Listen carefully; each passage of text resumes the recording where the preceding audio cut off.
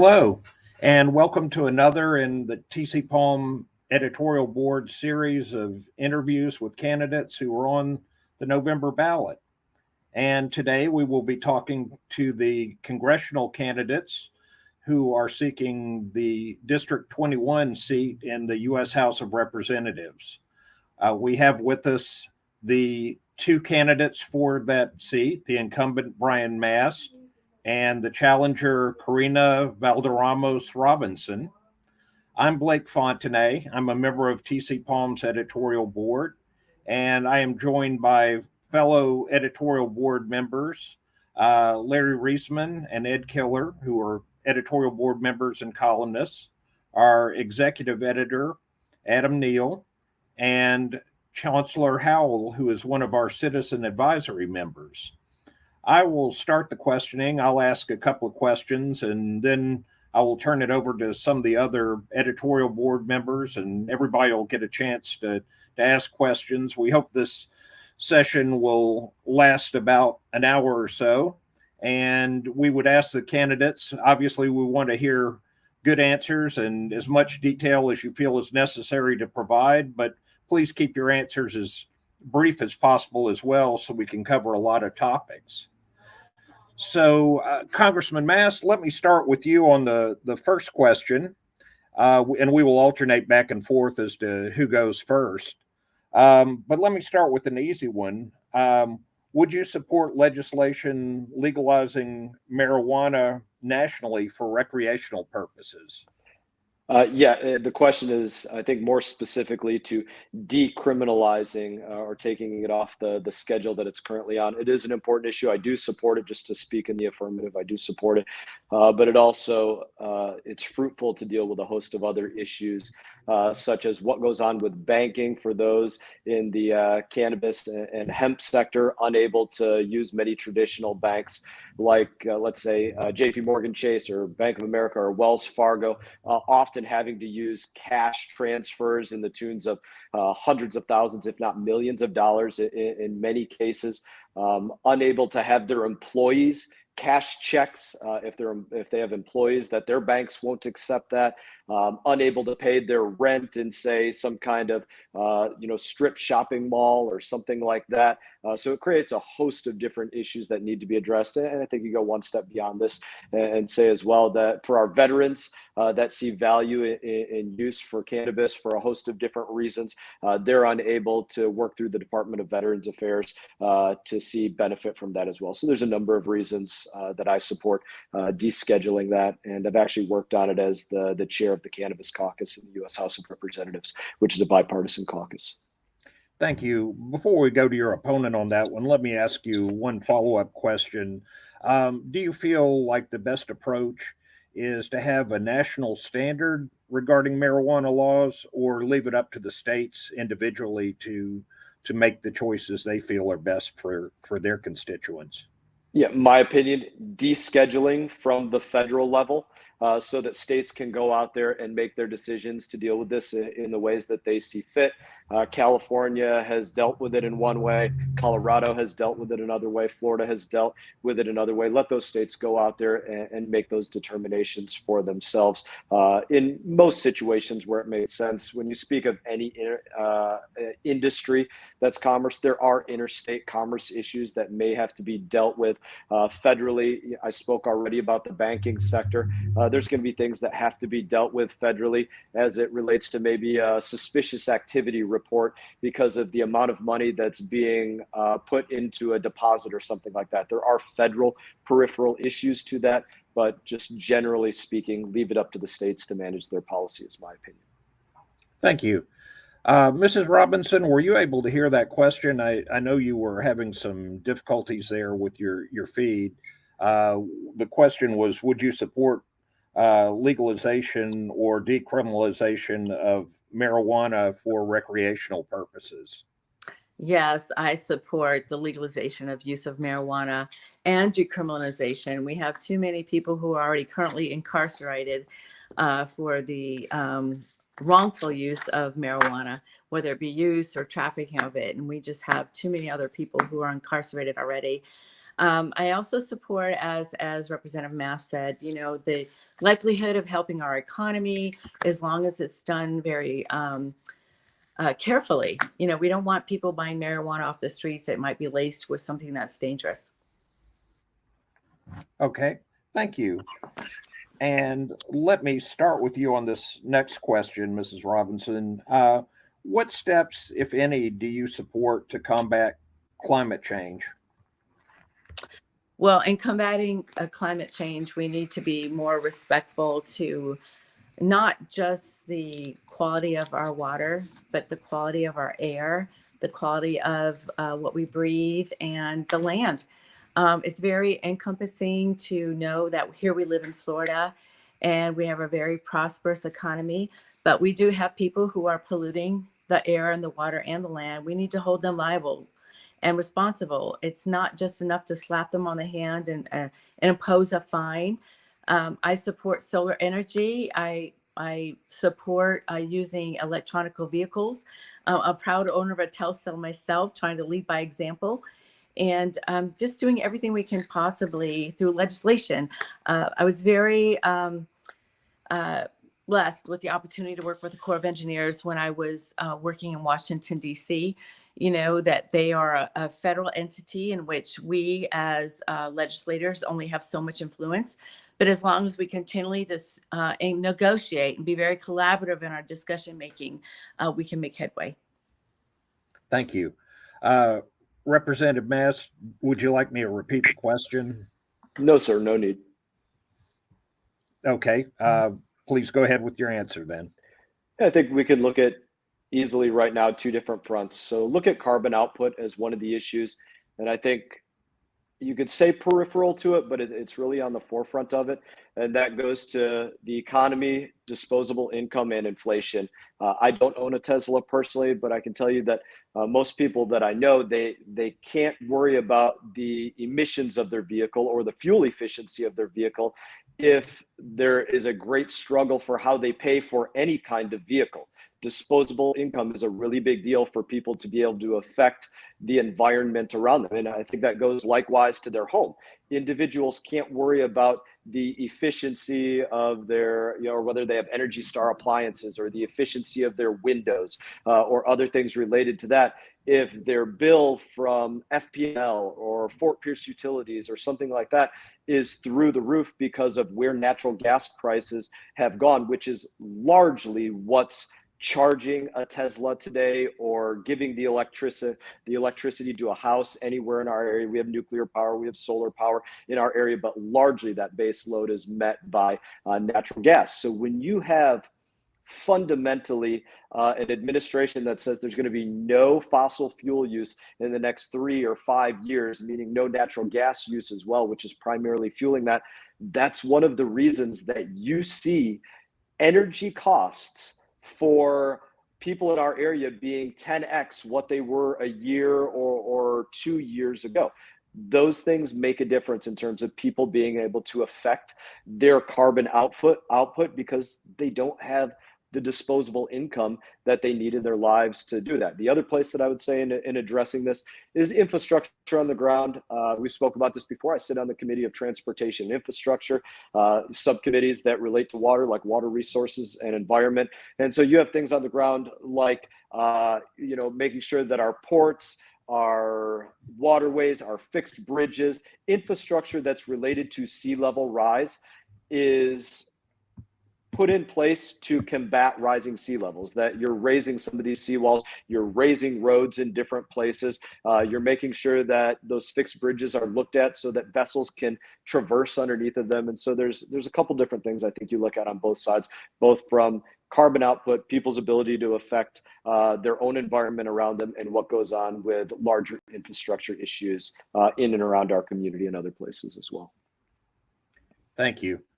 I promised I would not monopolize the questions today, so let me go to our editorial board and get them involved. Who wants to go first here?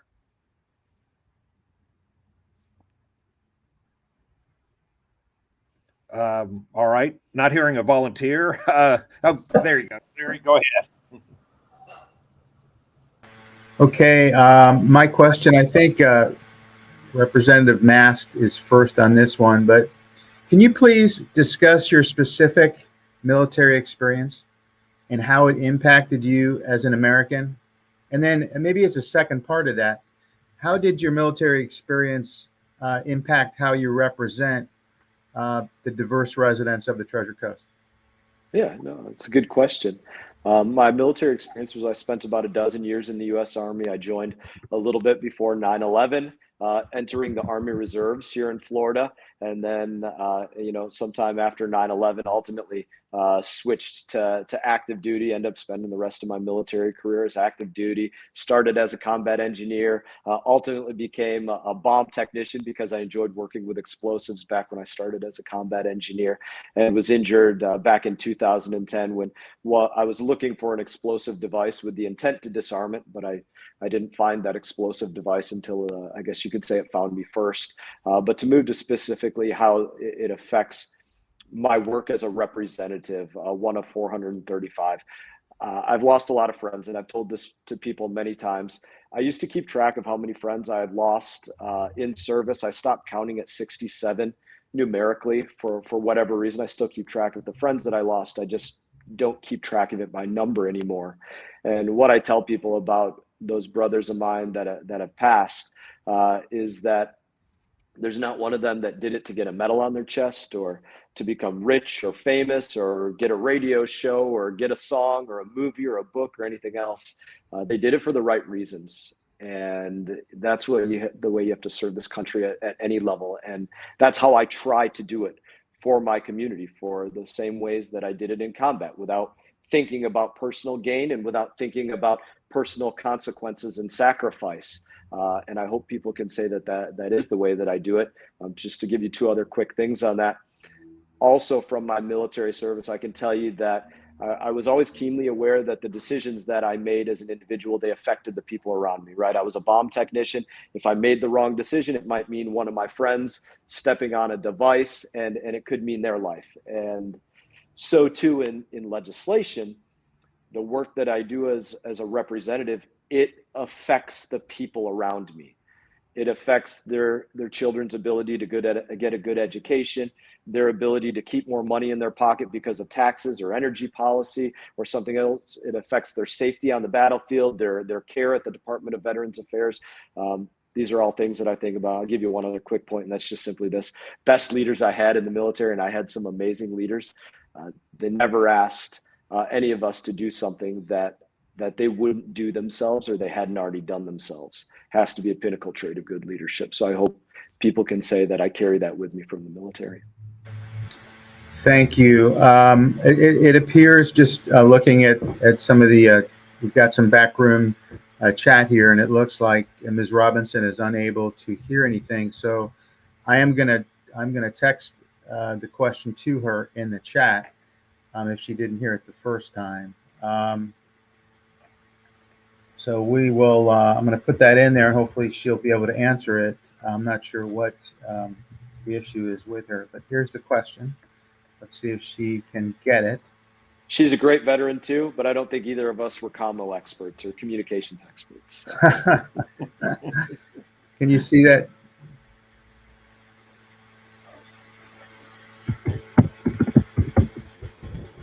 I'll text her. Can you please answer, Ms. Robinson?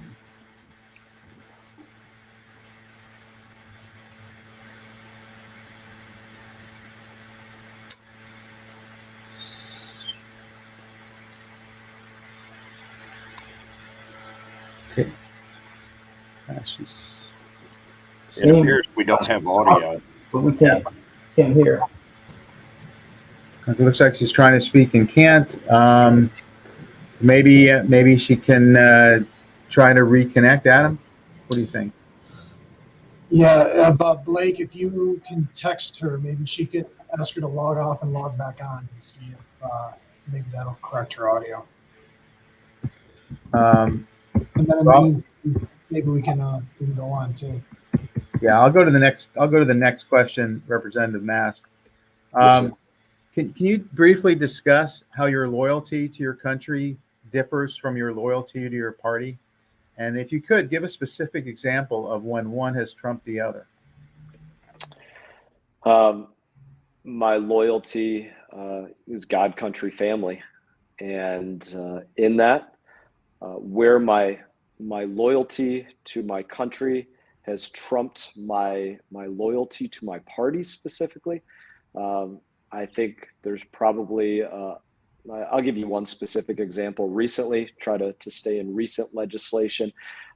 There's work very specifically for burn pits related to the Department of Veterans Affairs legislation that I worked on personally. It was in part my own personal legislation.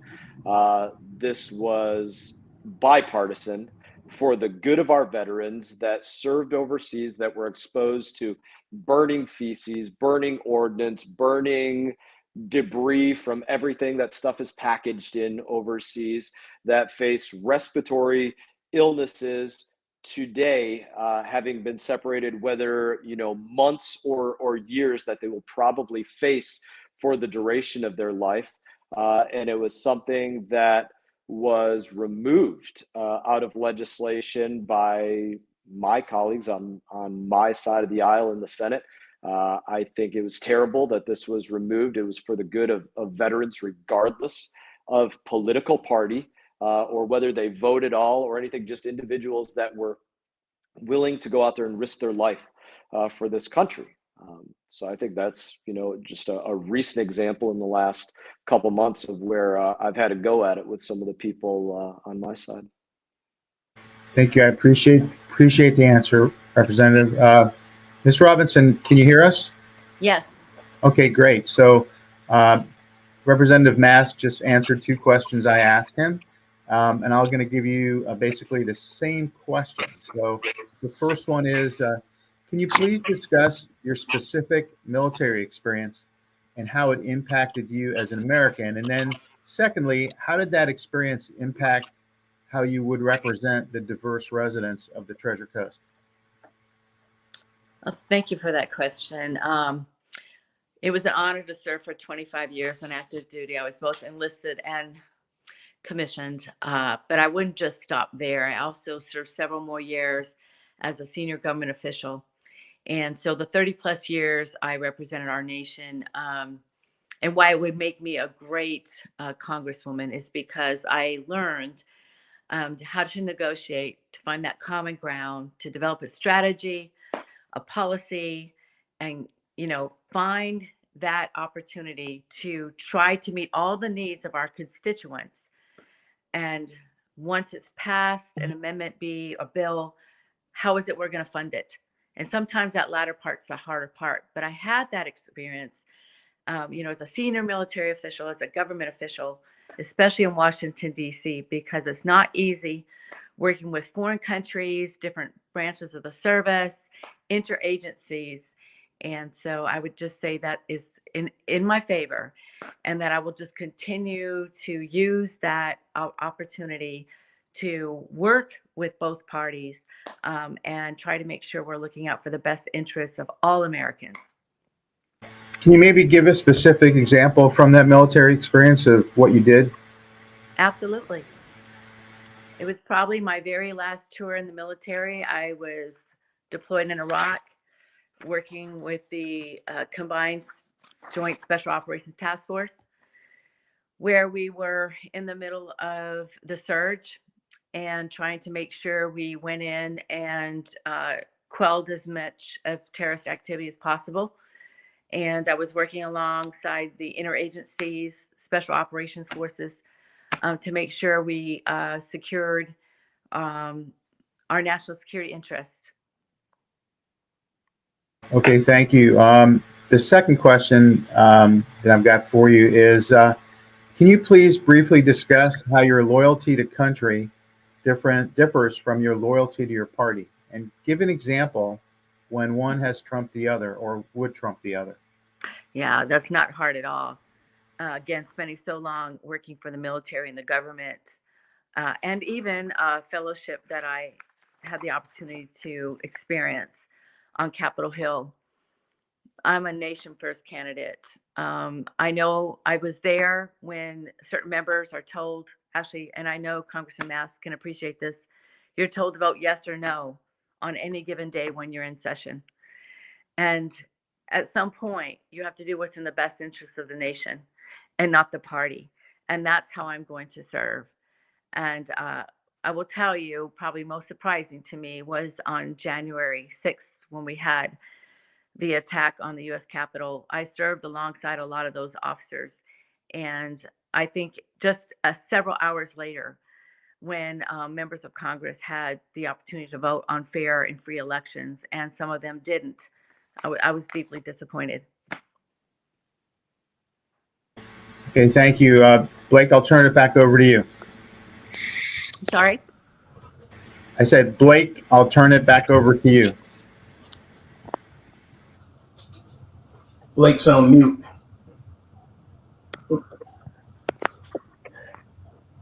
Blake, you're muted. There we go, Blake. Okay.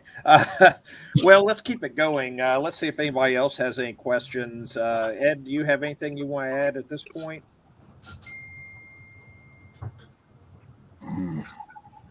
Hang on. Yes, I do. I have a question.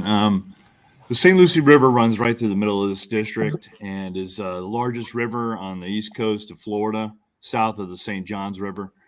My first question is, I've got two questions on this matter. I think this is for you, Ms. Robinson. You can start with this. For the last 4 years, the Army Corps of Engineers has been working on a new plan for Lake Okeechobee management. How can we stop Lake Okeechobee discharges into the St. Lucie River once and for all?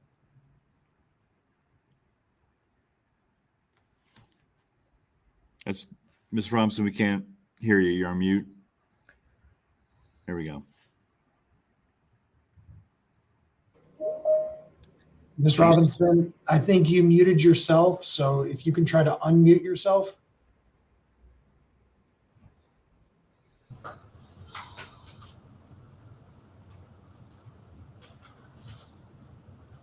Ed and Blake, we may be having technical difficulties with her equipment again, so we may have to have her log back in.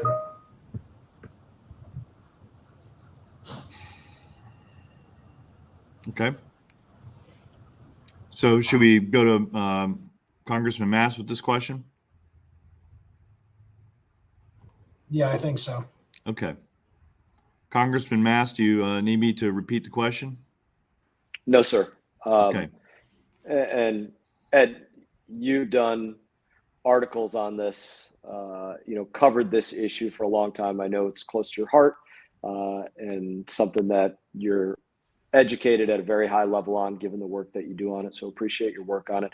There are some very specific ways that we can literally stop discharges out of Lake Okeechobee into the St. Lucie forever and for good. I'll give you a couple of ideas. I'm going to start with just why that's so important. One, Lake Okeechobee is a freshwater body, totally separate from our salt coastal estuaries. Even if the water in there is clean, which it is not, it's not what we need for our coastal estuaries. It destroys our habitat, spat that's in the water, seagrass that the manatee feed on. The list can go on and on for how it destroys that. But you go to the fact that this water is, last year actually, measured the most toxic that it had ever measured on record, something like 860 parts per billion microcystin, that toxin in the blue-green algae that they have, and that was down at the Pahokee Marina when it was measured at that level. So very, very literally toxic. I got the EPA to write a standard on this for what was toxic or not, and they said human beings, 8 parts per billion, too toxic for contact. So how do we stop those discharges?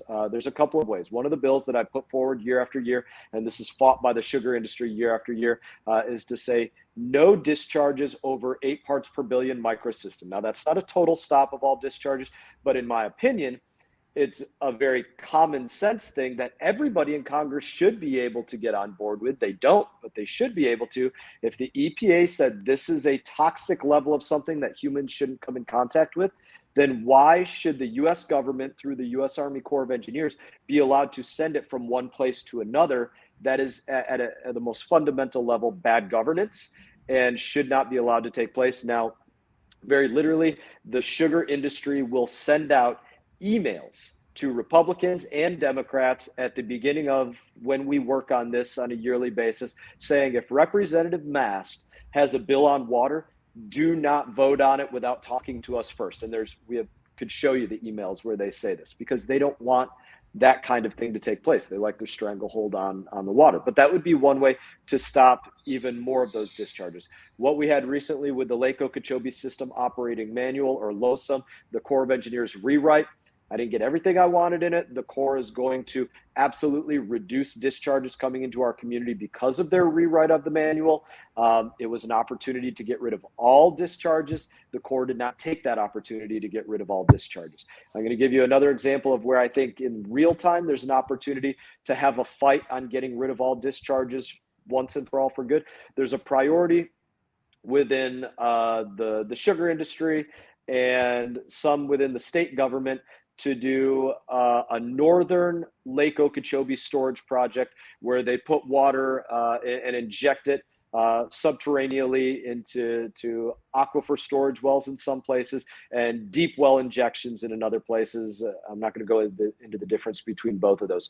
But if that is policy that is going to be pushed for by the sugar industry, because above all, they want to keep water north of the Everglades, then that is an opportunity for us to say, okay, listen, state government, federal government, sugar industry, if you're going to get that additional storage north of the lake when you already have way more water than what you need to begin with, then for me, that has to come with an agreement that when that is in place and done and completed and you get all the wells that you want, if that's what you're going to move through, that it comes with zero discharges to the St. Lucie, because that is what's good for our ecosystem, and zero harmful discharges to Florida's west coast, which their number is not zero. They do need some discharges over there for the benefit of their ecology over there. But there's some previous work, and there's an example of where I think it is on the horizon that we have a real opportunity to fight on it in the upcoming future, beyond just writing a bill that says no discharges to the St. Lucie, which I've also written bills on. But as I said, this is the way the sugar industry fights against it. So just tactically speaking, it's very unlikely to get through just saying it in that way. Thank you. My second question is about the bridge, about the railroad bridge, and I know you've worked very hard on this for several years. But would you support federal funding for the replacement of that bridge? Like if it was going to be higher than right now, it's 6 or 7 feet above the water line when the drawbridge is down.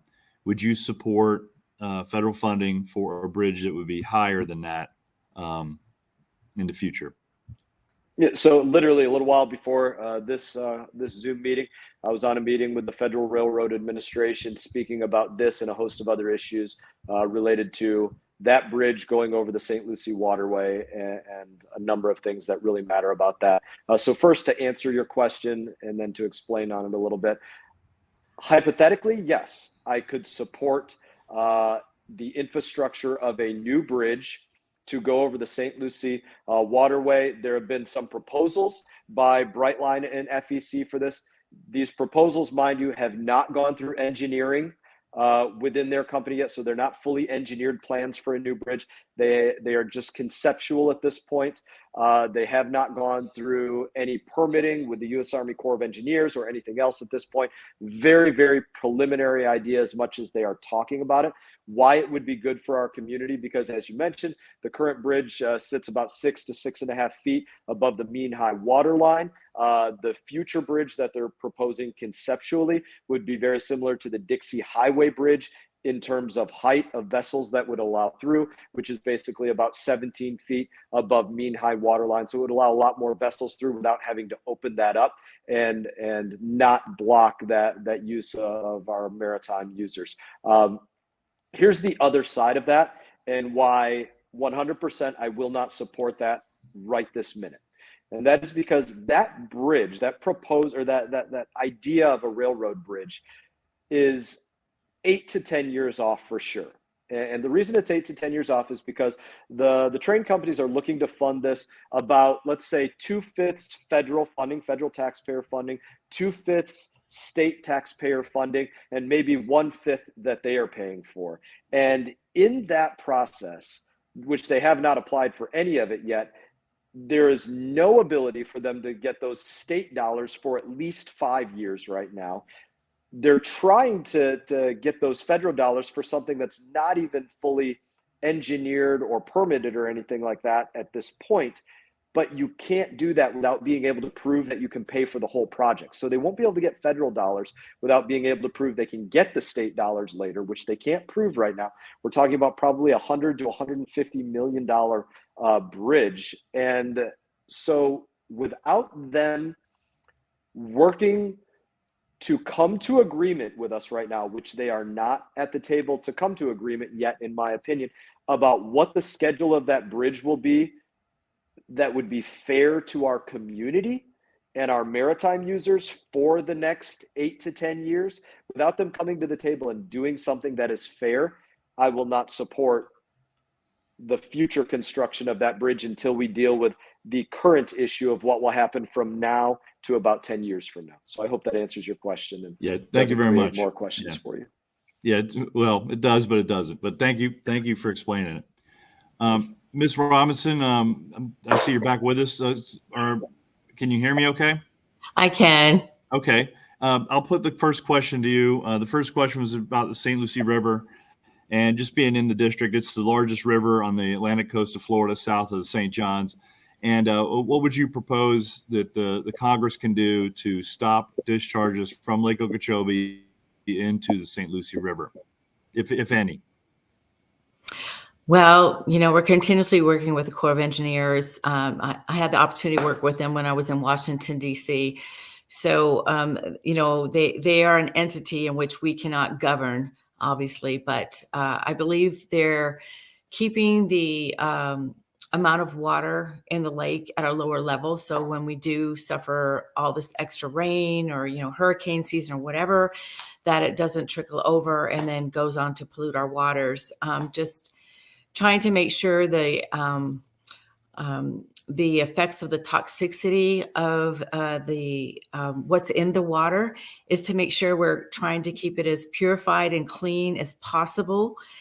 Try to work with the corporations or the farmers, the people who own the property, to make sure that they also too try to use measures to keep the water clean, and just make sure everybody's environmentally conscious. I mean, it's a hard task. It's not easy, but we just can't let up, because people are really suffering, especially out in areas near Indiantown.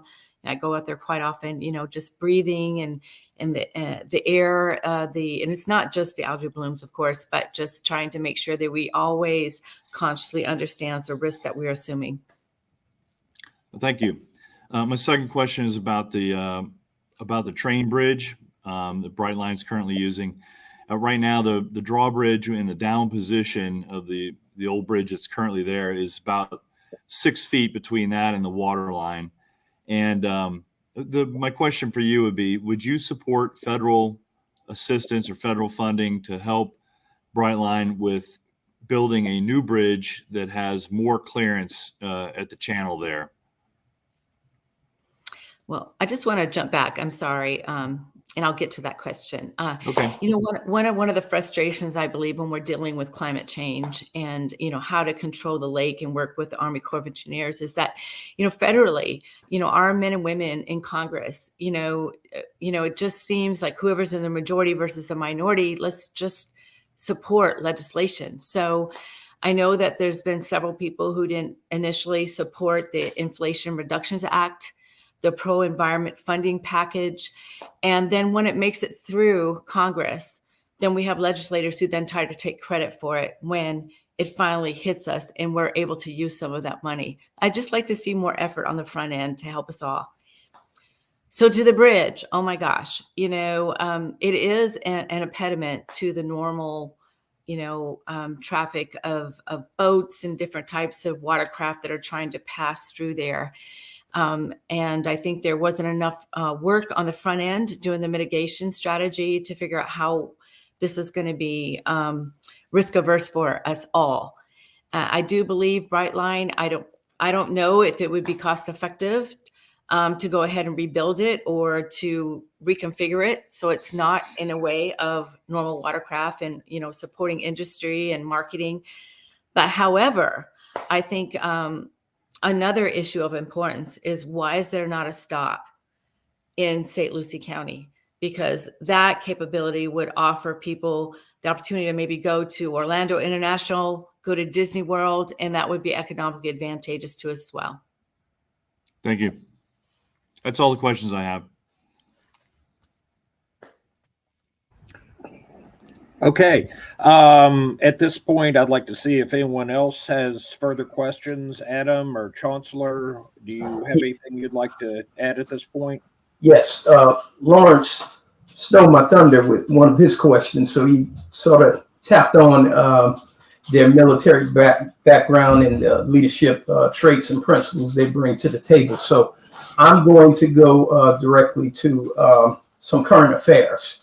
And before I say that, thank you, Congressman Mast and Dr. Balderramos. Thanks for your service to our country. And I have but one regret, that I didn't serve with you. At any rate, thank you.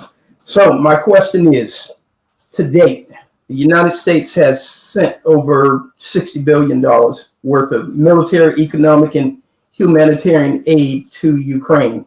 With that in mind, how did you interpret the House Minority Leader Kevin McCarthy's apprehension about that amount of aid that we've sent thus far?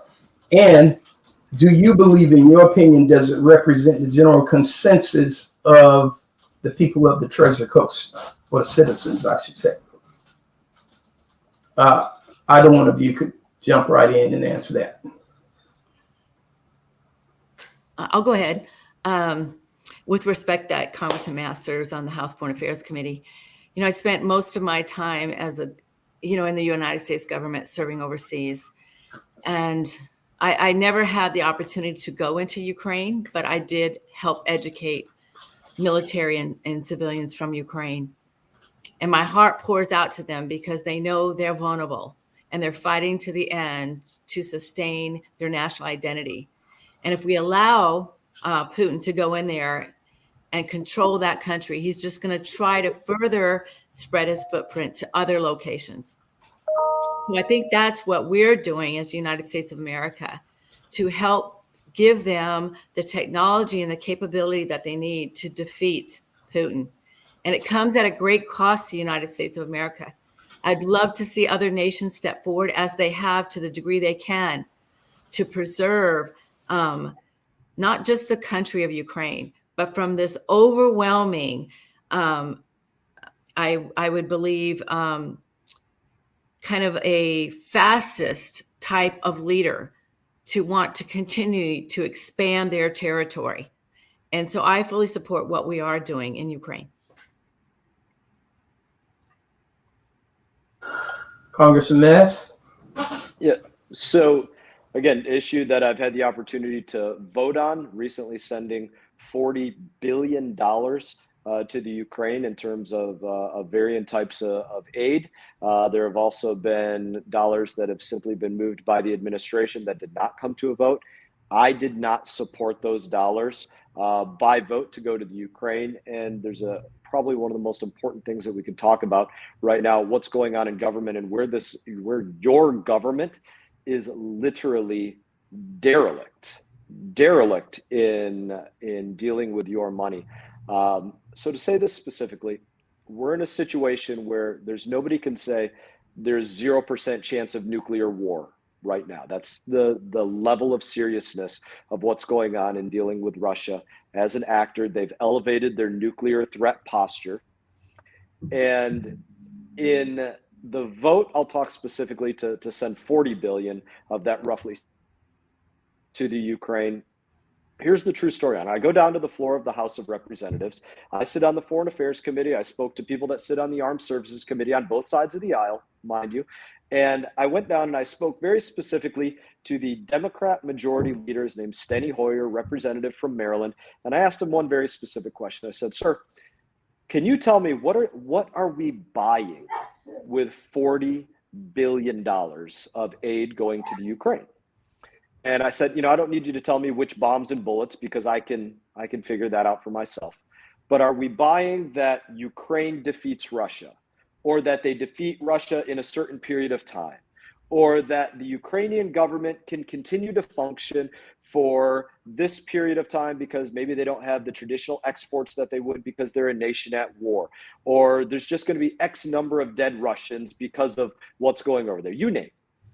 And the answer from the Democrat majority leader, second in charge, a person that should certainly know everything that's going on with this, was, well, Brian, I just believe that what we've been doing so far has been working. So let's just keep doing what it is that we have been doing. And I'm saying that verbatim. That was his answer. That was for the spending of $40 billion.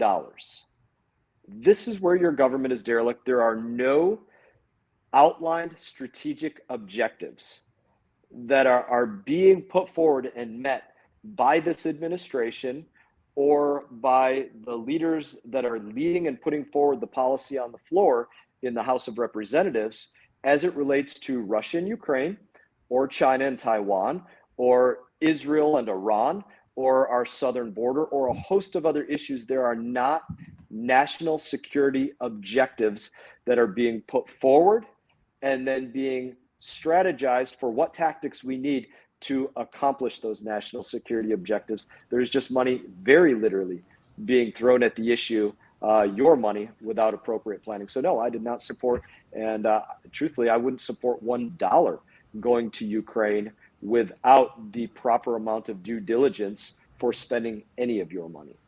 So if I'm understanding you correctly, you don't have an issue with the United States sending aid, but it's a matter of it being accounted for. Did I understand you correctly there? I think you're understanding me correctly. Not accounting for just the dollars and cents, but what national security objectives are we achieving in that? Are we heightening the threat of nuclear war or lowering the threat of nuclear war? Are we going to have, as an end result of this, Putin is out of power, or a war crime tribunal because of what Russian soldiers have done in the Ukraine? Is there going to be a nuclear demilitarization of Russia as a result of them elevating their nuclear threat posture? Is there going to be demilitarized zones because they've invaded the sovereignty of another nation, on top of what happened in Georgia and Crimea and other work around the world? There are fundamentally not being discussed, and I've spoke about this in length publicly, national security objectives for us that we are looking at and then working to execute. That cannot be the way that our nation deals with foreign policy. What is supposed to be the leader of the free world, the most powerful country on the face of this earth, not deliberating on these issues, having red lines on these issues, and being accountable, certainly with the dollars of our taxpayers. So I think you're understanding me. Gotcha. Thank you. Yes, sir. Okay, Chancellor, anything additional from you or anything, Adam, that you want to ask at this point? I'm good on my end. Yeah, Okay. All right. Well, let me pick up with a few additional questions then. We've got a little more time here. Let me ask, and I'll start with Representative Mast on this question. I want to approach the immigration issue from a little bit of a different angle here.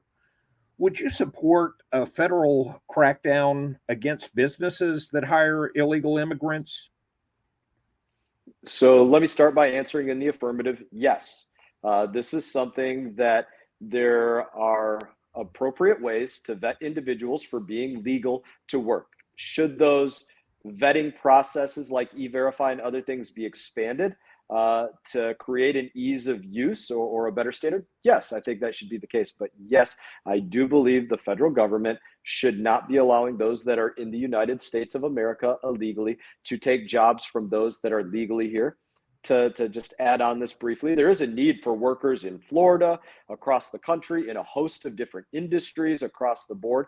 I don't think that we should be exporting those that earn high level and technical degrees here in our education institutions back to China and India and other places because they don't have an ability to parlay their education visas into an ability to stay here in the United States of America and better our industries because they can't get the right visas. I think that's idiotic policy that we don't do that. I also think that likewise, as we've seen in this administration, the allowance of several million people to enter the United States of America illegally since the onset of this administration, many of them on the terror watch list. It is also not the answer to just say, well, we need people to go to work, so let's just take the people that were allowed here illegally and let's just allow them to work, grant them the opportunity to have this visa or this green card or something else.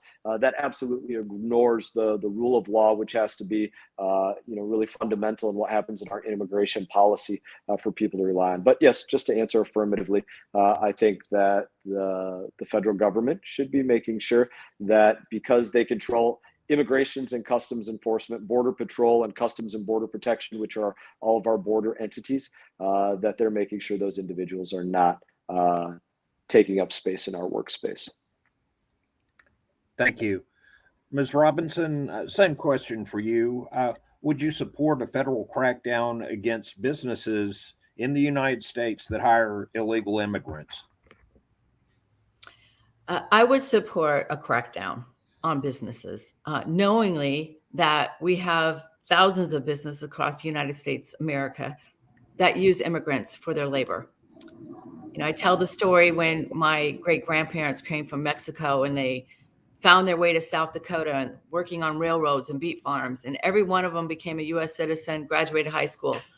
And so I know, having traveled, in the past 5 years to Colombia, and other countries where people are fleeing for safety and a good place to raise their families, that they would love not to have to leave their home country.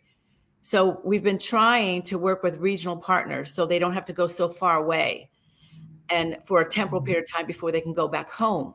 Or we've worked hard to vet people in place to make sure they're not criminals and they're not terrorists, and to make sure that we have more Customs Border Patrol agents who can be part of that vetting process. I mean, it's very time consuming, and it costs a lot of money.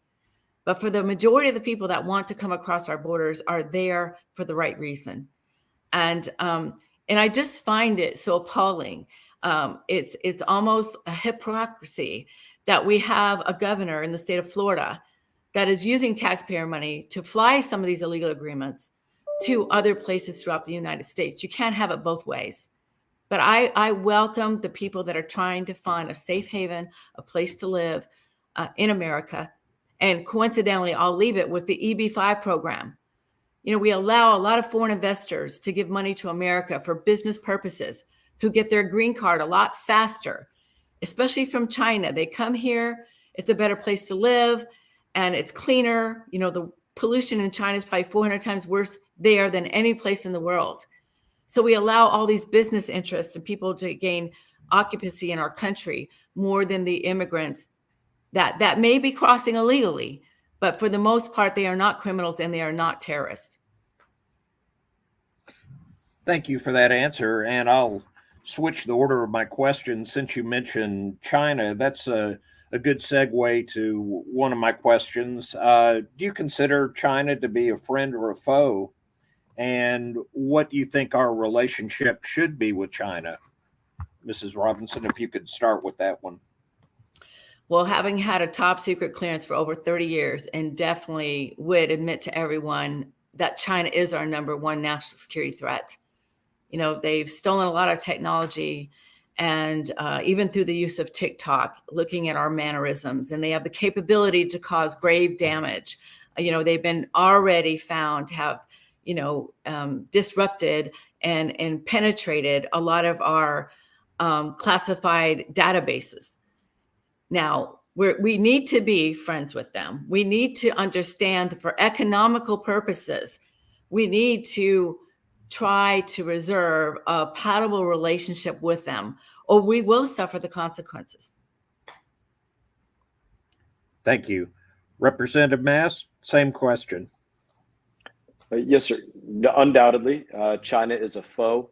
You can look at a host of their actions, from their currency manipulation to their theft of intellectual property. For any multinational corporation, say they're headquartered in the United States of America, but they have servers and equipment mainland China, or now Hong Kong, and China hopes to take over Taiwan as well.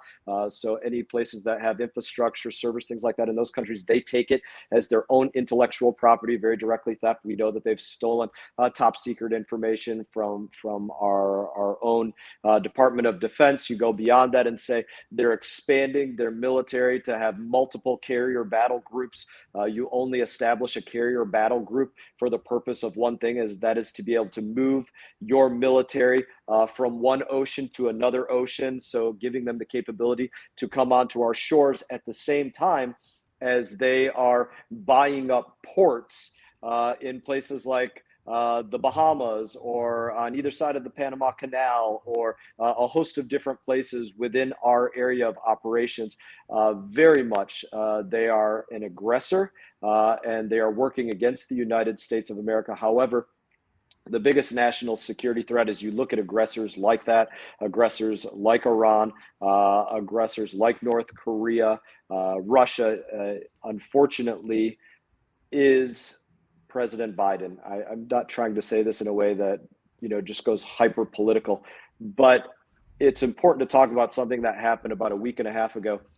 President Biden got on a 60 Minutes interview, and he spoke specifically, made up new policy as it relates to the relationship between China and the United States of America, where he said America would go and put boots on the ground in Taiwan. If Chinese paratroopers or Chinese amphibious landing craft or something else land in Taiwan on the behest of China, that American troops would go toe to toe with Chinese troops, a much more significant, not a foe that I fear by any means, but a much more significant foe than what we are dealing with Russia, a very significant nuclear power and economic power.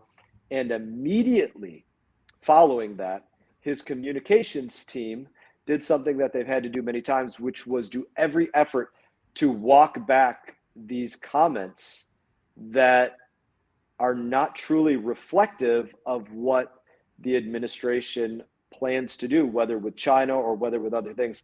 That sort of shoot from the hip policy in that way on a 60 Minutes interview, with using our service members as the backup to that rhetoric in that way with China, is a grave national security threat. And it's happened many other times as well. Thank you. Representative Mast, since you mentioned President Biden, let me ask you a two-part question, and I will give your opponent a chance to answer this as well. But part one is, do you accept the results of the 2020 presidential election? And part two is, do you feel Donald Trump should be compelled to testify about what he did and what he knew regarding the events of January 6th? Yeah, so I'll start with the second part of that first. I believe President Trump recently said he'd be happy to speak about that. I hope I'm not missing that, but I think he said that just recently. I feel like I read an article about that.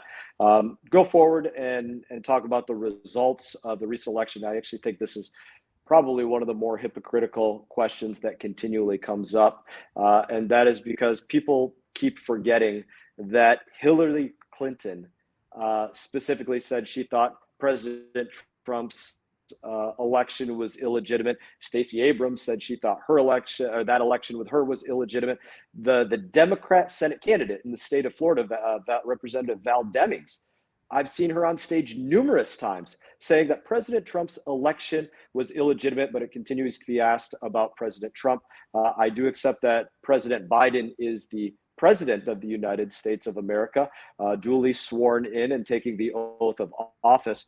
Do I personally think that there was every effort made to steal this election from President Trump? Yes, I do believe that that was the case. You had governors in various states changing election policy in the midst of election, which is something that the Democrat Party is right now trying to move in law, really hurting the integrity of elections by saying, yeah, we want to pass legislation that says there doesn't have to be voter ID, there doesn't have to be signatures that match the signature of the individual voting, there doesn't have to be a proper timestamp to say that the vote was conducted at the correct time within the confines of the election. That's literally what Democrats are trying to do in law, and it goes against election integrity. And to make one other point about really where there was an effort to steal this from the onset of President Trump's administration, the very beginning. In the very beginning, you had what was being sourced as information by Hillary Clinton and Val Demings at that time was that, well, there was Russian collusion. And that whole idea of Russian collusion came from a fake dossier paid for by the Democrat Party, moved forward into an investigation by the FBI, and perpetuated as a story by many in the media as something that was real when it was entirely fake. And then you have that same media in many cases trying to cover up the business dealings of the president's son, Hunter Biden, and his work in a host of places, from Ukraine to China to other places, unwilling to look at and say that what was on his laptop was in fact real information, but perpetuating the lie that it was fake information. So very real efforts on governmental levels, within political parties, and within the media to steal this election. However, as I said initially, President Biden is the duly sworn in and oath-taking president of the United States of America. I hope I answered your question. You did. Thank you. Ms. Robinson, same question for you. Part one, do you accept the results of the 2020 presidential election? And part two, do you feel Donald Trump should be compelled to testify about what he said and did with regard to January 6th? Well, just as Representative Mast said, I'm glad Trump is finally willing to testify. He should have testified a long time ago, but it's taken this long for somebody who was our former president of the United States to come forward and tell his story much earlier on, especially when somebody like Hillary, who a couple of years ago testified for hours and hours and hours.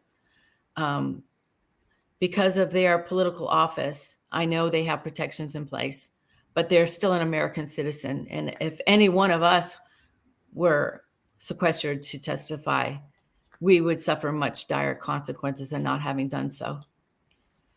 As far as fair elections, of course, I mean, we have a voting process. It's not perfect at all. There's always going to be opportunities for error, whether it is the way that the ballots are counted or interference, whether it was Russia or not. People have the capability. Other countries have the capability to hack our governmental systems. We know that already.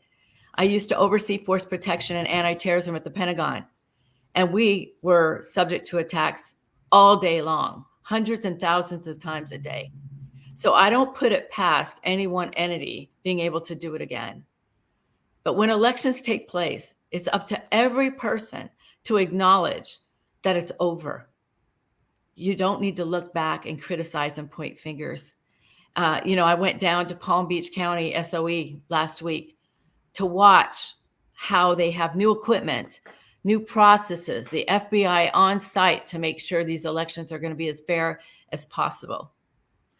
And I feel, especially if you're former military on active duty or guardsman, and you have a commander-in-chief that's been sworn in, we have even more allegiance to make sure we support the President of the United States. And not just the president, but the National Security Council, the administration, Congress. Everyone's a part of that. And so I look forward to this coming election, that we won't quibble about the results and we just have fair expectations that there's going to be a free election and not constrain people. We see that in Florida right now, removing some of the ballot boxes from some of the locations out there where people are disadvantaged, and making it more difficult for them to be able to vote. And even, a couple years ago down in Miami-Dade or Broward, the way they printed out the ballots, it didn't even have certain information on the front of the ballot, which further confused the voter. So again, we can go tit for tat, but we need to rise up as Americans, accept the processes that we have, and support the outcome of the election. Thank you. Well, I appreciate both of you making time today, and we have exceeded our time limit. I would like to have you a couple of minutes to summarize, give a closing argument, if you will, to this board and to the voters in your district. And feel free to cover anything we haven't talked about yet, any reasons that you feel that you're the better choice in this election. And Ms. Robinson, let's start with you on that one. Thank you so much. I don't know if I missed it earlier because of the bad connection with my cell phone, but I'm on my laptop now. You know, my top two priorities in becoming your next Congresswoman is to make sure that we restore the faith and hope in our republic. There's over 60 plus hate groups operating in the state of Florida. And again, I've been all over the world, but I chose to be here because I care about our communities, our families living in a safe and free environment. You know, I fought in combat multiple times in defense of this nation, and I don't like the fact that we're dealing with domestic terrorism and people just buying guns without any, background checks that would potentially make them somebody who we should not trust with a weapon in their hands. And also, I care so much about renewable energy, clear waters, algae-free waters, and stronger laws against our polluters. And lastly, we didn't talk about it, women's right to choose. Women's right to choose is their autonomy for their body. And it is not in the government's best interest to have any part of that. And I welcome Brian Mast in his closing comments to address that issue. Thank you. Thank you. Representative Mast, closing argument from you, please. Sure. I'll start with the comment, the last request for comment from my opponent, and that is to say, agreed, the government shouldn't be playing a role in that, which it was why it was so important that the Supreme Court said, take this out of the hands of the federal government and give it to the states. Give it to the states to go out there and make their own decision with their state legislature and their state senators and their governors, and to take it out of the federal. I guess that's something that I would say we agree upon. And then to go beyond and close this out, just thank you for doing the Ed Board. I've had the opportunity to do it with you all numerous times, and to everybody that has allowed me to be the representative of this community. It's an honor. It's an absolute honor to represent our community. We have a beautiful home. It's worth fighting for. I love the fight. Sometimes I wish we didn't have to argue over having clean water, that the Corps would just accept it and help us to have those policies that would allow us to not be poisoned by the federal government as one instance. I wish that I never had to make a call to the Department of Veterans Affairs about the care of one of my fellow veterans, or the time that it's taking for their pensions and claims issue to go through, or something there where they can't get an appointment that they need. I wish that was something that we didn't have to do, but unfortunately the state of the world is that we do have to deal with those and a host of other things. And for me personally, it is an honor to have that responsibility to do that. And you all have everything from me. I will always give you everything that I have from myself, from my staff, to represent you, swinging the bat as hard as we possibly can every time we get the chance to swing it. So in that, I do wish you all the best, and I thank you for the opportunity to speak today. Okay. Thank you to both of the candidates, and to the people who are watching this. We hope that this interview has been helpful in helping you to make a decision about this race, and we encourage everyone to vote.